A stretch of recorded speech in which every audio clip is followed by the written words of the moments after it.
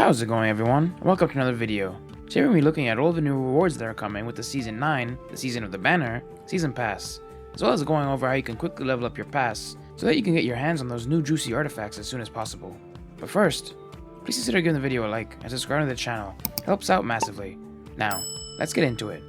The Season of the Banner is here, and with it comes the return of the fan favorite Season Pass.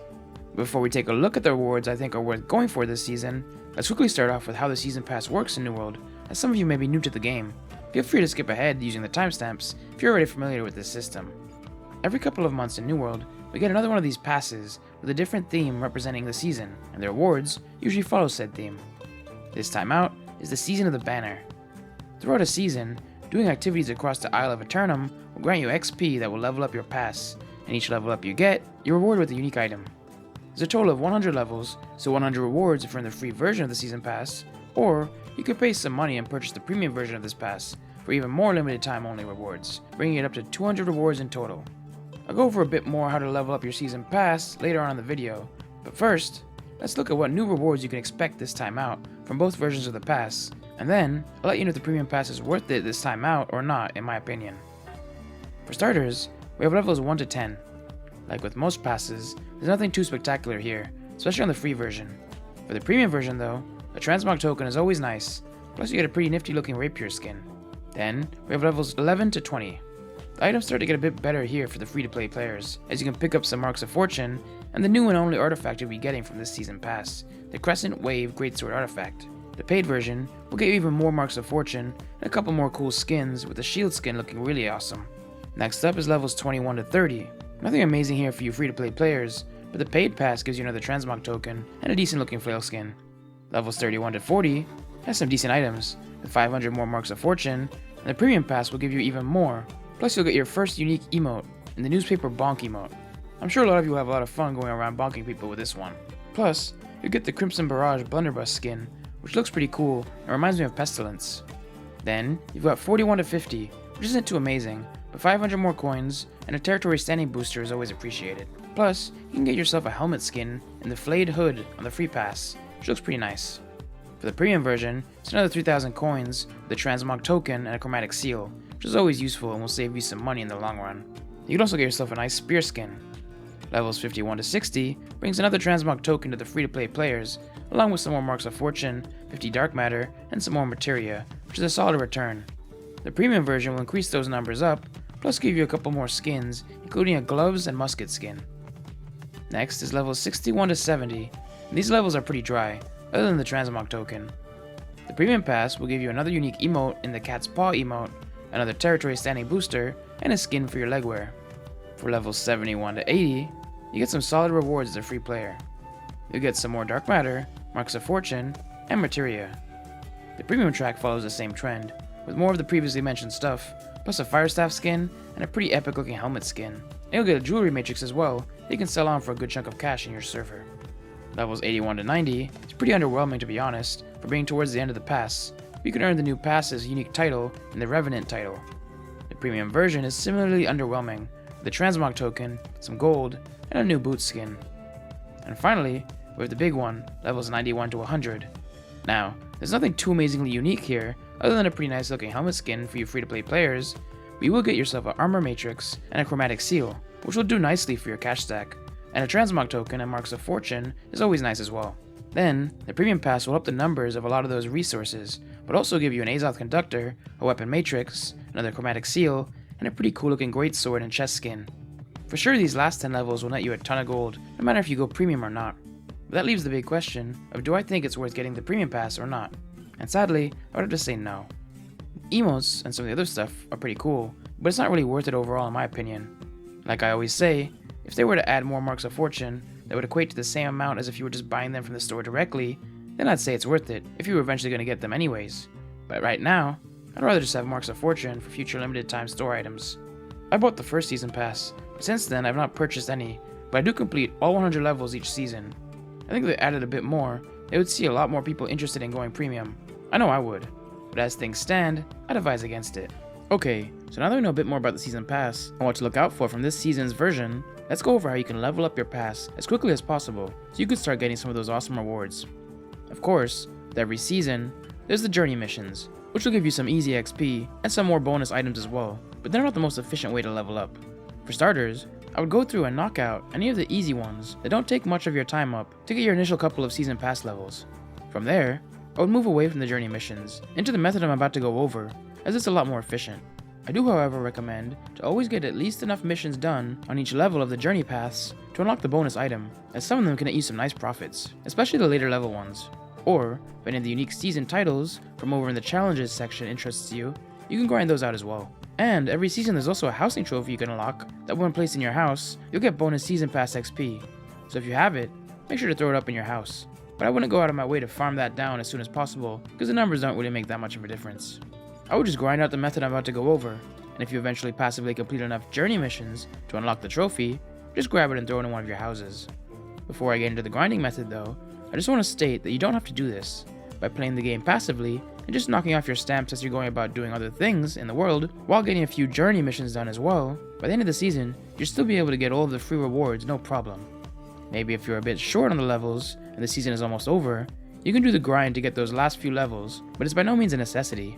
That being said, some people want to get their hands on those new artifacts as soon as possible, and for those people, I put this video together. So let's get into it and go over the method I like to use to grind out those season pass levels fast, so I can get those new artifacts ASAP. Basically, you're going to be sitting in a good grinding spot, and you're going to be aiming for specific activities to appear on your activity card that can be done quickly and easily in that area. Then, you will re-roll your options once you've completed what you can to try and get more of the same missions to eventually complete your card as quickly as possible before repeating the process over again, getting XP at amazing rates. When it comes to what activities you want to look out for, there's a few really good options to look for that pretty much anyone can get done easily, and a few other options I'll mention as well after that will work for some, but not for others. The universal, easy ones to look out for are the following: salvage 5 tier 5 items, play 2 songs, kill 2 named enemies, heal 5000 damage, kill 10 kinds of a specific mob type, and kill 10 enemies with a certain weapon type. The last 4 activities can often be done together, and if you do so, you can be knocking off multiple stamps at once, which will really speed up your XP rates. I'll go over a couple of decent options that can be done as well, depending on what resources you have an abundance of, in a little bit. But first, let's look at what I like to do and how I go about this grind. For starters, when preparing to head out to your grind spot, you want to have a good amount of tier 5 items on you to knock out the salvage items activity. For most people that play the game, you might already have an abundance of these items. I know I do. But if you salvage them before you knew you were going to need them for this, you can always go about getting a bunch of them easily in a variety of ways. For starters, you can just buy them on the trading post. Use the search filters to make this process easier, and in the armor or weapons section, search for gear within the 0 to 5 gold coins range, and then sort your results by tier, and you'll have all the tier 5 versions showing for you at the top. You can then buy however much you need and choose what price you feel comfortable spending on these items. Do keep in mind though, when salvaging the gear, you'll get back 3 coins, so you may be spending less than you think you are. But if you want to minimize expenses, you can always just go out and grind a bit for gear. Joining chest runs is a great way to get an abundance of tier 5 gear, or queuing up for level 60 plus expeditions is another easy, fast way to get them. Plus you'll be making some gold on the side as well by doing these activities. After you have your tier 5 gear ready, you want to grab one of every weapon, so you can knock out the kill missions as quickly as you can. It doesn't matter how bad these weapons are, because you can just throw them on as your secondary weapon, using your main weapon to get the kills, and you'll still be getting credit for the stamp, even if you don't do any damage with your secondary weapon. Maybe lock these weapons though, so you don't accidentally salvage them when doing a salvage stamp. And finally, you're going to want to stock up on vials of suspended Azoth, so you can be re-rolling your activities whenever you need to. These can be bought off the trading post, but you might already have a good amount of them on your account, as you get given them quite frequently when playing the game, especially from the season pass rewards. With all that in your inventory, you're good to go. The options of places where you can grind efficiently on Aeternum is endless, but if you don't want to look for a spot, you can just use the spot I use, and that's over here at the Emerald Temple. It's really easy to get to, simply teleport into the excavated shrine in Windsward, and you're right there. This area is swarming with low-level, easy-to-kill mobs of different mob types, and even a couple of named ones too, to help out with that stamp. Plus, the area also usually has a decent amount of people over here just grinding, especially when new season passes come out. So if you get a group going, your XP rates are just going to skyrocket, because kill credit is shared. So you could be over on one side of the temple, getting kill credit for what your group mates are doing on the other side. But here's how I go about my grinding here. When you first get here, make sure to pop a season XP booster augment. If you've done any of the previous season passes before, you should have a ton of these. If not, don't worry about it, you'll still get good XP rates. Plus you can even get one eventually from the free season pass rewards. But that'll give you 100% passive season XP generation for 2 hours, which will help out a ton. Once that's popped, check out your activity card and look for any of the previously mentioned tasks. Go through and knock them off one by one, trying to do multiple ones at once whenever possible, until you have done all you can from the list. So if you had to salvage 5 tier 5 items, go on over to your inventory and salvage them. That's a quick and easy one to knock off. If you had any of the kill with a certain weapon type, throw that weapon on as a secondary weapon and get those kills as quickly as you can. Making your primary weapon a ranged weapon will significantly speed up these tasks, as you can kill mobs from far away, getting the kills quicker. If you get to kill 2 named enemies, there's 2 easy bosses in this area, as seen on screen, that you can knock out quickly to get the task done fast. Try to pair this with a kill with certain weapons task if possible. If you get heal damage, I like to throw in a Void Gauntlet and a Life Staff, then hold block with the Void Gauntlet to drain my health, before switching to my Life Staff, and using a couple of self-healing abilities on myself to knock that one out quickly. If you get kill 10 of a mob of a specific type, make sure it's a type you can do in your grind area. So if you're using this spot, there's beasts and ancients around. Hopefully you'll get this task with the kills with weapon type one as well, to get multiple ones done at the same time. But if not, it's no biggie, since these kills go by so fast. Ancients, you'll find a ton of around here, but if you get kill beasts, there's also a ton of rabbits and lynx all over the place, as seen on screen. They can kill to knock that one out as well. A good chunk of them kind of hover around the outer walls of this area. And finally, if you get to play 2 songs, don't worry, you don't actually have to play the songs well to get this done. I use this as a quick AFK break time. Just start a song and let it play out. Even if you miss every note, you'll still get credit. Do this twice and you're good to go. Choose the shortest song you can, so for me, it's currently Yeah, at 31 seconds. So take that minute of AFK time to get some water or something, and then jump back into the grinding. If you have no more options that you can do from the activity list, simply hit reroll activities at the bottom and get a new set of options. Make sure to spend your stamps before doing this though, so you don't lose them. The first reroll for each card will be free, but afterwards it'll take Azoth to reroll, with each time getting more and more costly.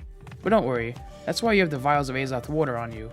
Plus, it should only take you a couple of rerolls to finish a card if you go about things in the right way, a lot of the time not even requiring any Azoth to be spent. And speaking of going about things in the right way, let's talk about wild stamps. These guys will be your best friends during this grind, and if you use them well, you can stand to save a ton of time on Azoth. Basically, they're stamps that you can fill in any slot on the card without having to do an activity. So let's look at this card for example. I have a good amount of tasks done, and although it may look like I don't have enough stamps done to complete the card, I can utilize my wild stamps to complete this card right now, as you'll see. There's a few things to consider first here when choosing what stamps to place. For starters, don't unlock the shield option, and I'll explain why. Every straight or diagonal row you complete, so 4 stamps in a row of, you'll be given a free wild stamp. Since I already have 3 wild stamps, if I went for the shield, sure the row would be completed, but I would not get my free stamp. Instead, use one of your wild stamps up on anything else that's not completing a row, and then you can grab the shield, getting that free stamp. Basically, playing around with this system and making smart moves will allow you to get cards done with very few rerolls, and way less activities done than you would expect to need to do. So as you saw, I got that card done without the need to go out and do more activities, and I could have also done it a lot earlier, but I just left it a bit later for the purposes of this video. Another quick pro tip is that once a day, when you reroll your activities, you'll get a free wild stamp. So if it's your first reroll of the day, make sure you don't have 3 wild stamps when you do so, or it'll just be a waste of a stamp. But now that we know how to utilize your wild stamps, let's quickly go over a few other really easy activities you could also implement into this method if you wanted to, if they suit you, before we end the video. These will be able to be done really easily while staying on the grind, and not having to teleport all over the place, so nothing like closed mine or breaches, because although they are easy and fast, you need to locate, teleport, and then go there to knock that one stamp out. It will be faster to just stay in the area and re-roll your activities at that point. Or, if you're really low on gold and Azoth, you could even just complete your activity card early without fully completing it for some new free activities. You won't get as much XP as you would for completing the full card, but it could still save you some time overall. You can re-roll an activity at any point as long as you have at least 4 stamps on it already. Now, onto the other good activities. For starters, there's the Earn Azoth Salt activity.